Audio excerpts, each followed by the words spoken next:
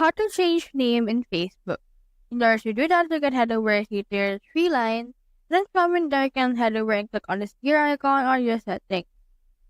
From there, click on this Meta Account Center. And then from in there, you can click right here on the account settings. You can see your personal details. So just head over and click on that.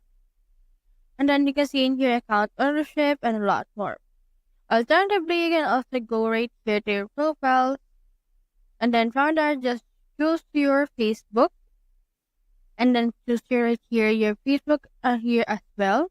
And you can sync your full info, so you can head over and turn it off if you want or you don't want it to be added on your Instagram.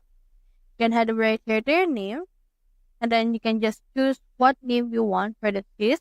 You can also just put on this arrow down right here, and you can see all of your profiles using this particular name. So you can head over and then change that to your liking. So for example, let's change this to D. Then click on this review change right here. And then from in there, you just head over and review your name that you want to use. That's how you change name on Facebook. Hope you help.